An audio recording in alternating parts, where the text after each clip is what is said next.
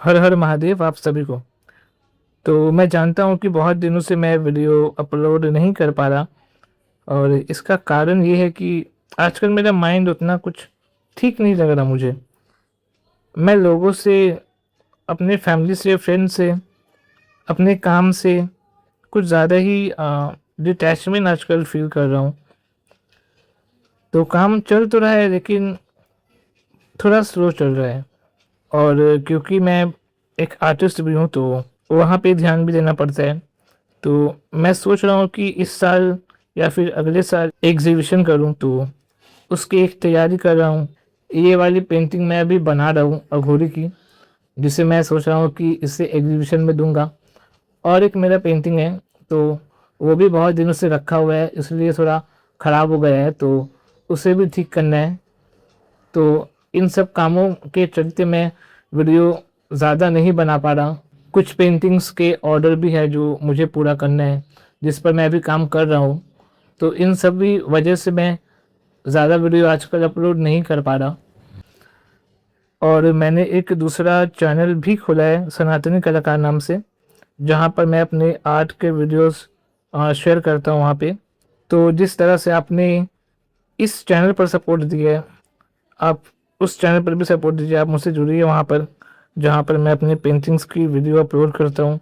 और ये जो अघोरी की जो पेंटिंग है, मैं भी वहाँ पे अपलोड करूँगा, तो आप वहाँ से देख सकते हैं। तो थंबनेल देखकर तो आप समझ ही गए होंगे कि आज का टॉपिक किसके ऊपर है। तो हाँ, आज मैं शिव सूत्र के ऊपर बात करने वाला हूँ। तो मेरे पास दो शिव सूत्र है। एक जो है वो ओशो के लिखे हुए हैं, जो मैंने कुछ 3 से 4 साल पहले लिया था। और एक मैंने 2 साल पहले लिया था, स्पंदकारी का नाम है उसका। तो इन दोनों में क्या अंतर है और हमें कौन सा शिव सूत्र लेना चाहिए, हम इस पर बात करेंगे। कि अगर ओशो का मैं ले रहा हूँ तो क्यों लेना चाहिए, और अगर स्पंदकारी का अगर मैं ले रहा हूँ तो मुझे वो क्यों लेना चाहिए। तो चलिए आज का वीडियो शुरू करते हैं। तो ये मेरे पास दो शिव सूत्र है। एक ओशो द्वारा भाष्य है, जिसमें जिसमें ओशो ने कमेंट्री किया है। लेकिन ये वाला जो शिव सूत्र है, ये कश्मीरी शैव दर्शन का शिव सूत्र है, जो आचार्य वासुगुप्त द्वारा उनके शिष्यों से जो पीढ़ी दर पीढ़ी जो ज्ञान चलता आया है, ये उसके आधार पर ये शिव सूत्र है। आचार्य वासुगुप्त जो थे, यही थे शिव सूत्र के वक्ता, जो उन्होंने शिव सूत्र बताया, जिन्हें महादेव ने खुद आकर शिव सूत्र का ज्ञान दिया। तो उनके शिष्यों द्वारा उनका जो ये ज्ञान विख्यात हुआ पूरे विश्व में, जो पीढ़ी दर पीढ़ी करके आई है हमारे पास, तो ये वो शिव सूत्र है। तो अब इन दोनों में हमें कौन सा लेना चाहिए और कौन सा नहीं, हम इसके ऊपर बात करेंगे। तो ये वाला जो है, ये ओशो का लिखा हुआ है, जहां पर हमें पहले पढ़ने को मिलता है, शिव सूत्र बीत गया स्वर्ण युग, रह गई स्वर्ण धूल शेष। लेकिन यहाँ पर शिव सूत्र के साथ हमें यहाँ पढ़ने को मिलता है स्पंद कारिका। तो जिसे नहीं पता उसे मैं बता दूं कि स्पंदन मतलब होता है कंपन। जो हमारी चेतना की कंपन है, जो हमारे रूप को, हमारे मन को, हमारी इंद्रियों को आकार देता है, उसे शक्ति देती है, वो कंपन के बारे यहाँ बताया गया है स्पंद कारिका। यानी कि जो चेतना की जो वाइब्रेशन है, उसका जो कार्य है, उसके बारे में। तो हम पहला पेज से ही समझ सकते हैं कि किसमें किस लेवल का ज्ञान है। लेकिन मैं शुरुआत करूंगा ओशो की बुक से कि इसमें क्या लिखा है। तो चलिए शुरू करते हैं। तो ओशो की जो बुक है, इसकी शुरुआत है जीवन सत्य की खोज से। तो यहाँ पे वो अभी सूत्र के बारे में समझा रहे हैं कि सूत्र क्या है। तो यहाँ पर बता रहे हैं कि जीवन सत्य की खोज दो मार्गों से हो सकती है। पहला है पुरुष का मार्ग, दूसरा है स्त्री का मार्ग। पुरुष का जो मार्ग है वो आक्रामक है, और जो स्त्री का मार्ग है वो समर्पण है। तो इस तरह से बताया जाता है। इसके ऊपर मैंने पहले वीडियो बनाया हुआ है, आप उसे जाकर देख सकते हैं। उसका जो लिंक है वो मैंने डिस्क्रिप्शन बॉक्स में दे दूंगा, तो आप वहां से समझ सकते हैं। तो कम से कम 5-6 पेज उसी के ऊपर लिखा गया है कि विज्ञान क्या है और धर्म क्या है। अगर हम एक वैज्ञानिक को एक पुष्प दे तो वो उसे काट देगा, वो ये बता देगा कि इसका कलर रेड क्यों है या फिर इसमें खुशबू क्यों है, इसमें क्या रासायनिक तत्व है, लेकिन उस फूड में जो जीवन मौजूद था वो उससे छूट जाएगा।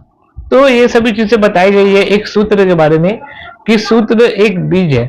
अगर उस बीज को जानना है तो हमें उस बीज को बोना पड़ेगा। जैसे कि हमें अगर वृक्ष देखना है तो उस वृक्ष के जो बीज है उसे हमें बोने पड़ेंगे। तो इस तरह के उदाहरण यहाँ पर दिए गए हैं और कई सारे उदाहरण मिलते हैं इसमें। जैसे कि अगर एक डॉक्टर है वो जानबूझकर मरीज को ठीक नहीं करता, क्योंकि वो उससे चाहे तो एक बार में ठीक कर सकता है, लेकिन वो जानबूझ के अपना जो दवा का जो डोज है वो जानबूझकर कम देता है ताकि मरीज बार बार उसका डॉक्टर के पास आता रहे। तो इस तरह के सभी उदाहरण यहाँ पर दिए गए हैं, जिसमें से मुझे जो लगता है कि कुछ चीजें मैच करती है, लेकिन कुछ चीजों की यहाँ पर जरूरत मुझे नहीं लगती कि थी यहाँ पे, लेकिन ओशो ने लिखा है तो ठीक है। तो उसके बाद हम आगे पढ़ते हैं जहाँ पे शिव सूत्र के बारे में लिखा है, चैतन्य आत्मा के बारे में, वहां चलते हैं। तो यहाँ पर कई सारे हमें उदाहरण मिलते हैं देखने के लिए। तो जैसे कि यहाँ पर लिखा है कि पहली बात स्मरण रखो कि तुम्हारे अतिरिक्त तुम्हारा कोई भी नहीं, जैसे यह स्मरण साधन होता है। चैतन्य ही आत्मा है, बस चैतन्य ही मैं हूँ और सब साथी संगी सब पराये हैं। तो यहाँ पर उनका कहने का मतलब है कि चेतना ही सिर्फ मेरी है और बाकी सब पराये हैं। तो यहाँ पर जो ओशो जो कह रहे हैं चेतना के बारे में, हमें खुद को लोगों से डिटैच कर लेना है, अकेले रहना है, वो अकेले रहने के बारे में ज्यादा जोर दे रहे हैं। यहाँ पे और एक उदाहरण दिया गया है, मतलब बहुत से यहाँ पे उदाहरण मिलते हैं। तो जिसमें से एक मैं आपको पढ़कर सुनाता हूँ कि एक मरवाड़ी व्यापारी एक फिल्म अभिनेत्री के प्रेम में पड़ गया। वैसे बात अनहोनी थी, मरवाड़ी और व्यापारी प्रेम से सदा दूर रहते हैं, लेकिन अनहोनी भी घटती है। प्रेम में तो पड़ गया, लेकिन व्यापारी का संदेह भरा चित्त, तो उसने एक जासूस नियुक्त कर दिया अभिनेत्री के पीछे। तू पता लगा कि इसका चरित्र तो ठीक है ना, इसके पहले कि मैं प्रस्ताव करूं विवाह का, सब बात पक्की कागज पर साफ हो जानी चाहिए। जासूस ने बड़ी खोजबीन की। 7 दिन बाद उसने रिपोर्ट भी भेज दी। रिपोर्ट आई कि स्त्री का चरित्र एकदम निर्दोष है। ऐसी कोई बात कभी इसके संबंध में नहीं सुनी गई, ना जानी गई, जिससे संदेह पैदा हो। सिर्फ एक बात को छोड़कर कि पिछले कुछ दिनों से एक संदिग्ध मरवारी के साथ यह देखी जाती है। वह संदिग्ध मरवारी वे स्वयं थे। वो ये समझाना चाह रहे हैं कि आंख दूसरे को देखती है, हाथ दूसरे को छूते हैं, मन दूसरे की सोचता है और तुम सदा अंधेरे में खड़े रह जाते हो। तुम्हारी हालत वही है जो दिया तले अंधेरे का होता है। तो इस तरह के यहाँ पर उदाहरण दिए जाते हैं। तो यहाँ पर से शुरुआत हो रहा है चैतन्य आत्मा का। तो यहाँ पर वो लिखते हैं कि यह पहला सूत्र है, चैतन्य आत्मा। इस सूत्र को गहरे बीज की तरह अपने हृदय में उतर जाने दो। व्यर्थ है सारे जगत की यात्रा अगर तुम अपने से ही अपरिचित रह गए। तो ये सभी बातें अच्छी लगती है सुनने में, लेकिन इसका चैतन्य आत्मा जो सूत्र है इससे कोई कनेक्शन नहीं बन पाता। और एक बात है इसमें कि एक सूत्र के ऊपर इतना ज्यादा उदाहरण दिया गया है।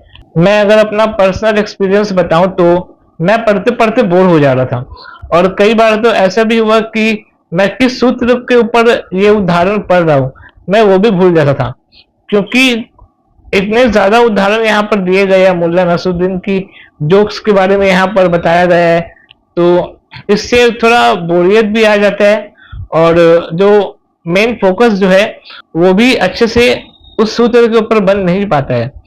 तो मेरा ये खुद का पर्सनल एक्सपीरियंस है। तो यहाँ पर वो कहते हैं कि चैतन्य आत्मा है।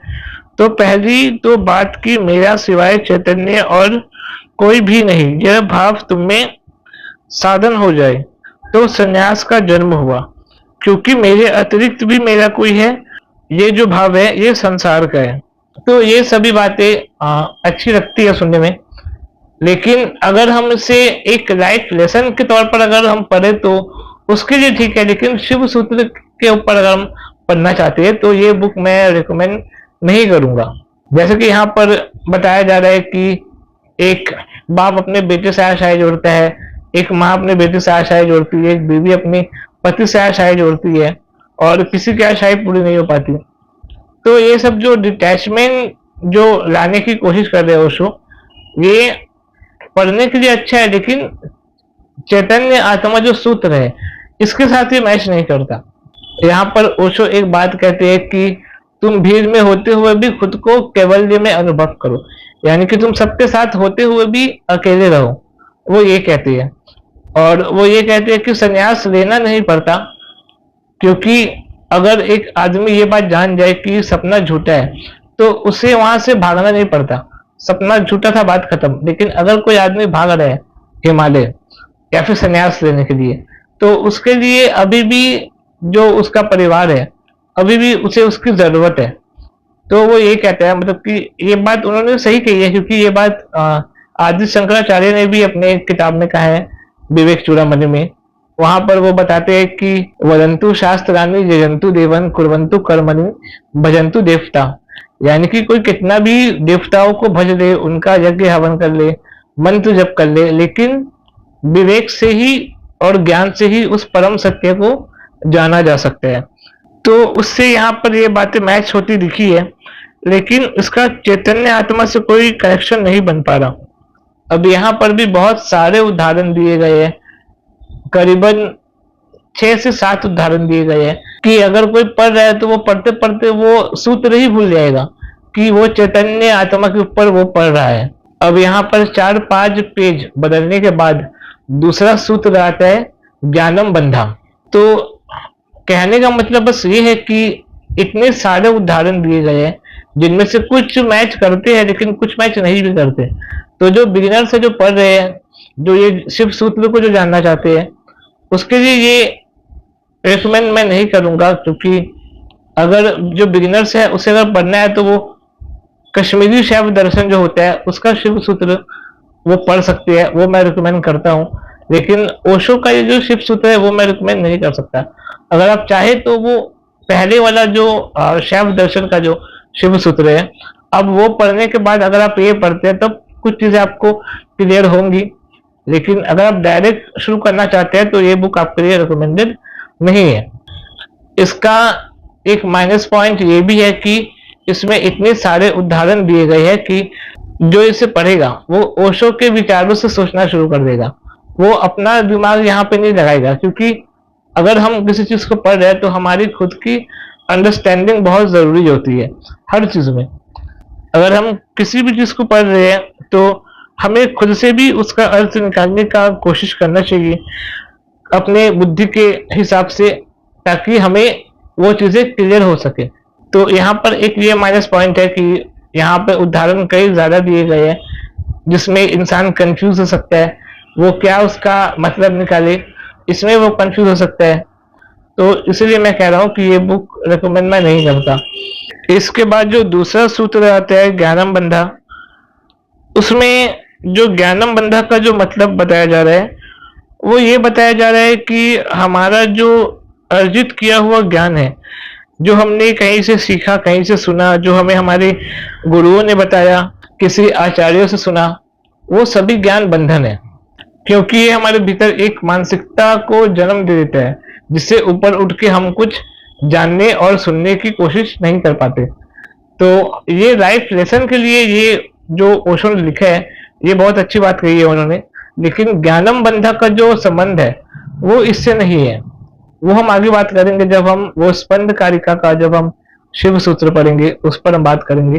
तो ज्ञान बंधन का मतलब ओशो ने ये निकाला है, अगर हम देखें तो चैतन्य आत्मा और ज्ञानम बंधा, ये जो दो सूत्र है इन दोनों में कनेक्शन नहीं बन पा रहा है। क्योंकि ओशो ने चैतन्य आत्मा के ऊपर कहा है कि तुम अकेले हो जाओ, सबसे कर जाओ, और उनका मतलब है कि तुम होश को साधो। अगर तुम खा रहे हो तब भी तुम होश पूर्वक खाओ, बैठ रहे हो तब भी तुम होश में रहो, चल रहे हो तब भी तुम होश में रहो। उनका कहने का मतलब ये है कि अगर तुम होश को साधते हो तो तुम्हारे भीतर चैतन्य प्रकट होना शुरू हो जाता है। और यहाँ पर वो कह रहे हैं ज्ञानम बंधा के बारे में कि जो ज्ञान हमने दूसरों से उधार लिया है, जो हमारी स्मृति में है, वो हमें नए ज्ञान को आने से रोकती है और वही ज्ञान जो है वो बंधन का कारण बन जाती है। तो यहाँ पर वो ये बात कह रहे हैं, लेकिन दोनों में कनेक्शन नहीं बैठ पा रहा। अब इसके बाद जो तीसरा सूत्र है हम उसके ऊपर चलते हैं। अब यहाँ पर भी बहुत सारा उदाहरण मिलता है कि जो हमने जन्मों जन्मों से जो फसल बोई है उन्हें जब हमें काटना पड़ता है तब हमें कई चीजों का सामना करना पड़ता है। तो कई सारे उदाहरण यहाँ पर दिए गए हैं ज्ञानम बंधा के ऊपर। तो यहाँ पर ओशो कह रहे हैं कि शिव कहते हैं ज्ञान बंध है, ज्ञान सीखा हुआ ज्ञान, उधार लिया हुआ ज्ञान, दूसरों से लिया हुआ जो ज्ञान है वो बंधन है। इसके बाद हम आते हैं अपने तीसरे सूत्र में। तीसरा सूत्र जो है वो है योनि वर्ग कला शरीरम। तो यहाँ पर ओशो ने योनि का अर्थ निकाला है प्रकृति, इसलिए हम स्त्री को प्रकृति कहते हैं। स्त्री जो है वो शरीर देती है, वो प्रकृति का ही प्रतीक है।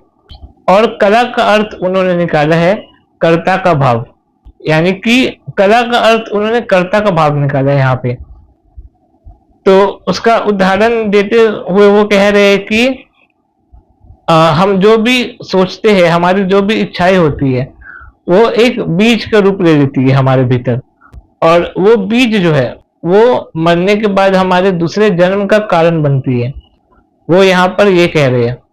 तो ओशो यहाँ पर जो कला का जो अर्थ है वो उन्होंने ये निकाला है कि वो जो कला, वो जो बीज है वही शरीर का रूप धारण करती है। तो इसको यहाँ पे वो कह रहे हैं कि कर्ता का भाव इन दो चीजों से मिलकर तुम्हारा शरीर निर्मित करता है। तुम्हारे कर्ता का भाव है जो वो प्रकृति तुम्हें देती चली जाती है। इस तरह तुम बार बार जन्मे हो, कभी तुम पशु थे, कभी पक्षी थे, कभी वृक्ष थे, कभी मनुष्य। तुमने जो चाहा वो तुम्हें मिला, तुमने जो आकांक्षा की वो तुम्हें मिली। तो यहाँ पर वो आगे समझाते हुए कहते हैं कि अगर तुम बहुत बार देखते हो आकाश में पक्षी को, सोचते हो कैसी स्वतंत्रता है, काश हम भी पक्षी होते, देर ना लगेगी, जल्दी पक्षी हो जाओगे। तुम अगर देखते हो एक कुत्ते को संभोग करते हुए और तुम सोचते हो कैसी स्वतंत्रता है, जल्दी ही तुम कुत्ते हो जाओगे। तुम जो भी वासना अपने भीतर संग्रह करते हो वह बीज बन जाता है। प्रकृति तो केवल शरीर देती है, कलाकार तो तुम ही हो, स्वयं के निर्माण करने वाले भी तुम हो। तो यहाँ पर जो योनि वर्ग कला शरीर जो है उसका ओशो ने ये मतलब निकाला है। अब इसमें भी कई सारे उदाहरण हैं जिसका सूत्र से कोई कनेक्शन नहीं बन पाता। और अगर आपने नोटिस किया होगा कि चैतन्य, आत्मा, ज्ञान बंधा, योनि वर्ग कला शरीर, ये जो 3 सूत्र जो मैंने बताए उसमें कहीं से भी कनेक्शन साथ बन नहीं पा रहा है कि चैतन्य क्या है, उससे उसके बाद बंधन क्या है, उसके बाद योनि वर्ग कला शरीर क्या है। तो ये कनेक्शन एक साथ बना नहीं पा रहा और ओशो ने इसे अच्छे से क्लियर तरीके से समझा नहीं पाया है। तो इसलिए मैं कह रहा हूँ बार बार आपसे कि ये बुक रिकमेंड मैं आपको नहीं करता हूँ। अगर आपने कश्मीरी शैव दर्शन का अगर शिव सूत्र आपने पहले पढ़ा हुआ है तो आप ये बुक पढ़ सकते हैं। ये आपके लाइफ के लेसन्स के लिए बुक बहुत अच्छी है, लेकिन अगर हम शिव सूत्र की बात करें तो उसके लिए ये बुक उतनी अच्छी नहीं है। अब मैं आपको दूसरे बुक से पढ़कर बताता हूँ जो शिव सूत्र का स्पंद कारिका है, उससे अब हम इन तीनों सूत्र को जानते हैं और उसके बाद आप खुद ये डिसाइड करिएगा कि आपको कौन सा बुक लेना है और कौन सा नहीं लेना है।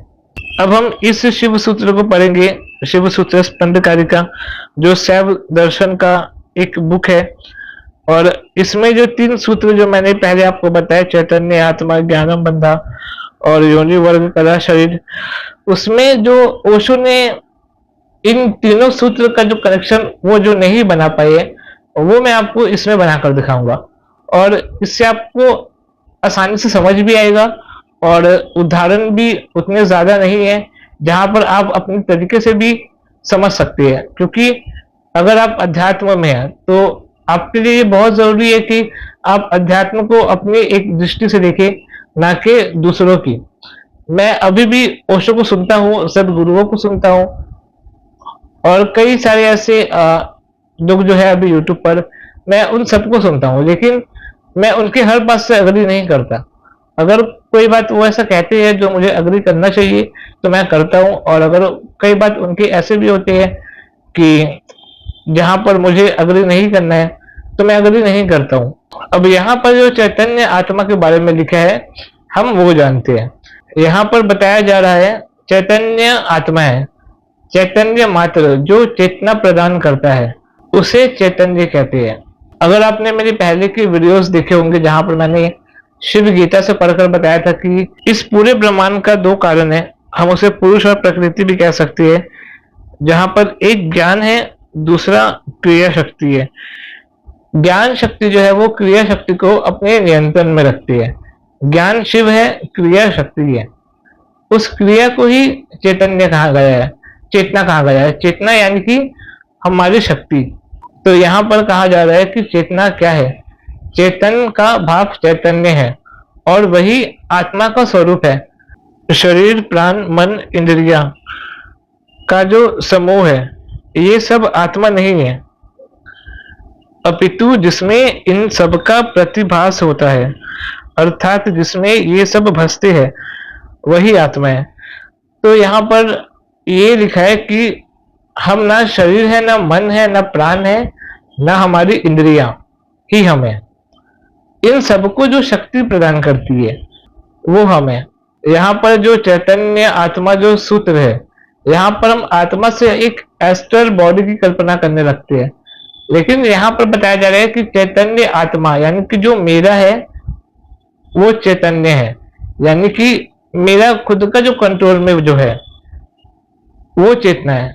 चेतना मेरे कंट्रोल में है। अगर मैं उसे होश के जरिए, विवेक के जरिए, ज्ञान के जरिए उसे देख सकूं तो ये जो चेतना की शक्ति है वो मेरी है। अब उस शक्ति का मैं कहाँ इस्तेमाल करता हूँ, कैसे इस्तेमाल करता हूँ, वो मेरे कंट्रोल में होगा। क्योंकि अभी इंसान अज्ञान में है, परेशान है, क्योंकि उसकी शक्ति उसके कंट्रोल में नहीं है, उसकी इच्छाएं उसके कंट्रोल में नहीं है।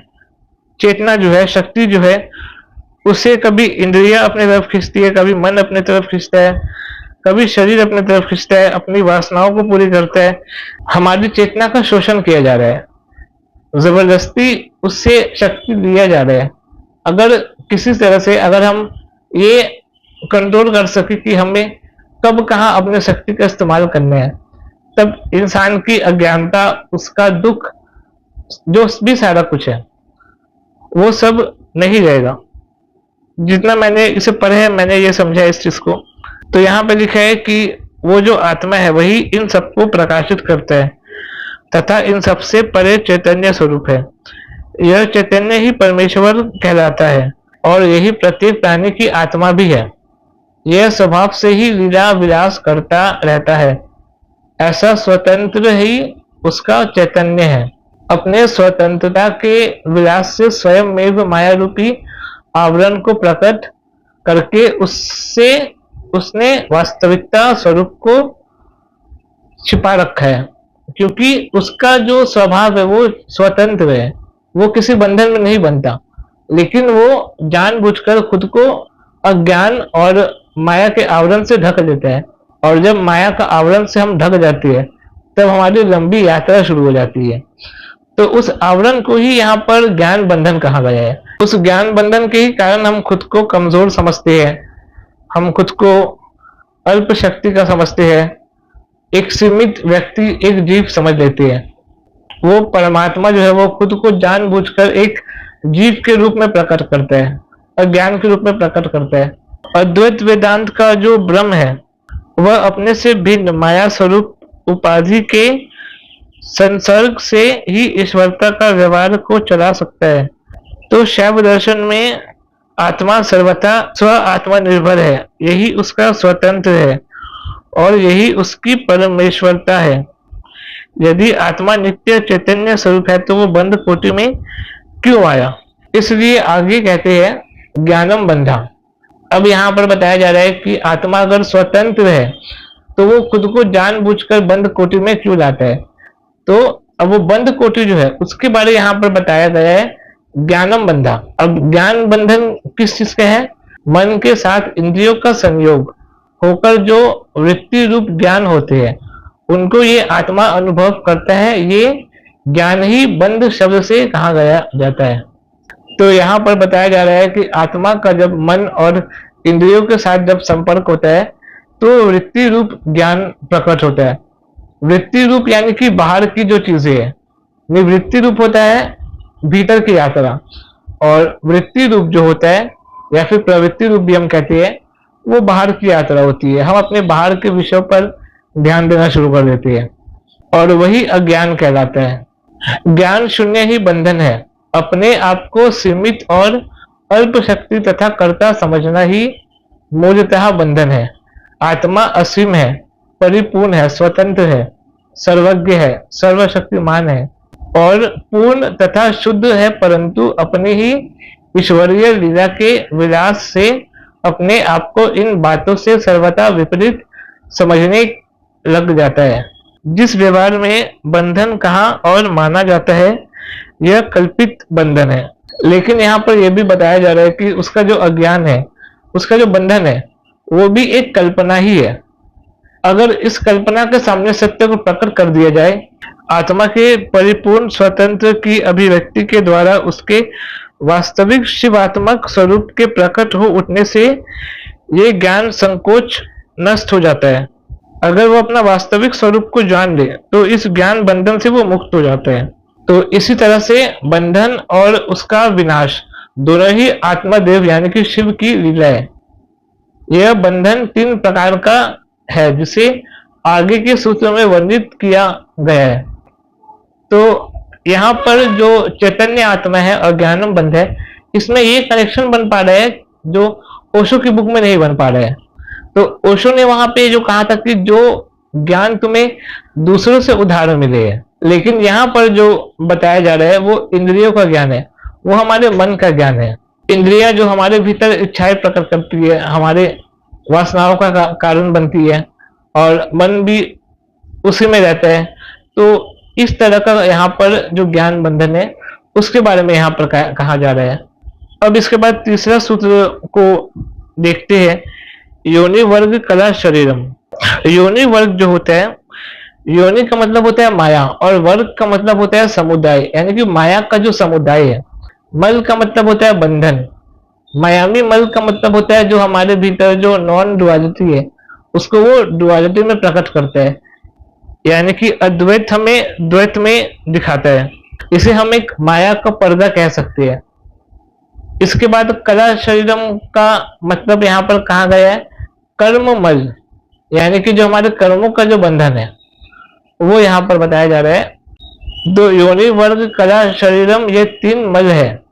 इस ज्ञान समूह से निवृत्ति होने पर बंधन भी निर्लुप्त हो जाता है। जैसे कि मैंने पहले बताया था, निवृत्ति का मतलब भीतर की यात्रा होती है। तो अगर हम वो कर ले निवृत्ति रूप में, अगर हम इसके वास्तविक स्वरूप को जान ले तो ये खुद ही अपने बंधन को तोड़ देता है। अब यहाँ पर बताया गया है कि योनि अर्थात मायामी मल आवरणात्मक। आवरणात्मक का मतलब होता है एक पर्दा। आवरण का मतलब एक पर्दा होता है जो माया का पर्दा है।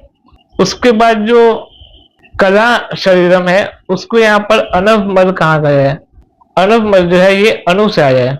आत्मा के ऊपर एक परत होती है जो हमें हमारे वास्तविक स्वरूप को देखने से रोकता है। जिस तरह से अगर एक आईने पे एक धूल अगर जमा हो तो हम अपना चेहरा अच्छे से नहीं देख सकते, तो ये उसी तरह से है जहां पर जो अनुमल है ये आत्मा के वास्तविक स्वरूप को बदल देता है, हमें उसे देखने से रोकता है।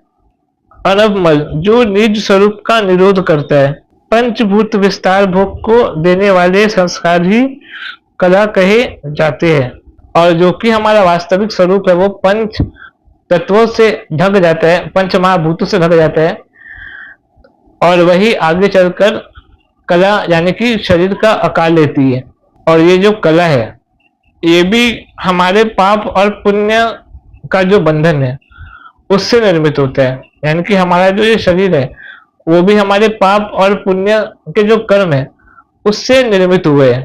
पुरुषों ने यहाँ पर योनि का मतलब प्रकृति निकाला था और कला का मतलब निकाला था कर्ता का भाव। लेकिन योनि का मतलब यहाँ पर माया है और जो कला का मतलब है वो पंच महाभूत है, जो शरीर की कला का निर्माण करते हैं, जो शरीर का निर्माण करते हैं। अब यहाँ पर जो है उन्होंने इन तीन शक्तियों को तीन देवियों के रूप में बताया है। तो यहाँ पर लिखा है कि समस्त प्रपंच के सृष्टि संहार आदि का मूल कारण परमेश्वरी शक्ति है। उसे शैव दर्शन में इस दृष्टि से अम्बा कहा जाता है। वह तीन रूपों में प्रकट हुआ करती है, जिन्हें वामा, रौद्री और ज्येष्ठा कहते हैं। ये तीन परमेश्वरी शक्तियां समूहात्मक रूपों में प्रकट होकर एक एक जीव के साथ संयुक्त रहती है। ज्येष्ठा अघोर नामक शक्ति वर्ग के रूप में प्रकट होती हुई एक एक प्राणी को मोक्ष की ओर प्रेरित करती है। रौद्री के व्यू की शक्तियों को घोर शक्ति कहते हैं, जो प्रत्येक प्राणी को संसार में संयोजित रखती है। वामक के व्यू में अघोरतम शक्तियां होती है, जो प्राणियों को बंधन की ओर धकेलती रहती है। जो प्राणी योग के अभ्यास से इन शक्तियों के वास्तविक सत्य को जान लेते हैं, उन्हें यही विशिष्ट शक्तियां परम स्वरूप का सत्कार कराती है। जो व्यक्ति इनके वास्तविक सत्य को नहीं समझते, उन्हें ये बंधन में ही उलझाए रखती है।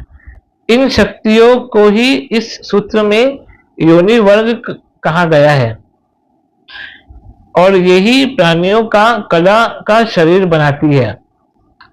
कला से तात्पर्य कला तत्व और उससे आगे उत्पन्न होने वाली सभी कच्छुक और मायामी तत्व आदि, जो प्राणी के लिए शरीर, इंद्रियां, अंतःकरण आदि बनाकर उसे घेर कर ही रखते हैं। इसके अतिरिक्त कला आदि तत्वों की योनि अर्थात उत्पत्ति स्थान माया तत्व है। अतः वे सभी तत्व माया रूपी योनि के कार्य होने से योनि वर्ग कहलाते हैं। कला कर्ममल का शरीर है, अतः कर्ममल को ही कला शरीर कहा गया है। ये दोनों ही बंधन है। अब इन दोनों बुक्स में से आपको कौन सा लेना है, ये अब आपके ऊपर है।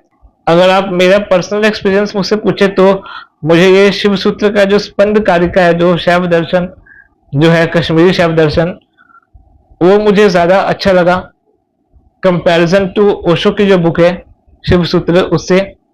क्योंकि ओशो की बुक में कई चीजें स्पष्ट नहीं हो पा रही है जो इस बुक में स्पष्ट हो रही है। अगर आप मेरी माने तो आपको ये वाली बुक पढ़नी चाहिए, और अगर आप ओशो की बुक पढ़ना चाहते हैं तो आप एक लाइफ लेसन्स के तौर पर उसे पढ़ सकते हैं, लेकिन शिव सूत्र समझ कर ना पढ़े। अगर आप तब भी पढ़ना चाहते हैं तो आप इसे पढ़ने के बाद ओशो की बुक पढ़ सकते हैं, तब आपको चीजें अच्छे से क्लियर होंगी कि चैतन्य आत्मा क्या है, ज्ञानम बंधन क्या है, योनि वर्ग कला शरीर क्या है। आज के लिए बस इतना ही, मिलते हैं आपसे अगली वीडियो में। हर हर महादेव।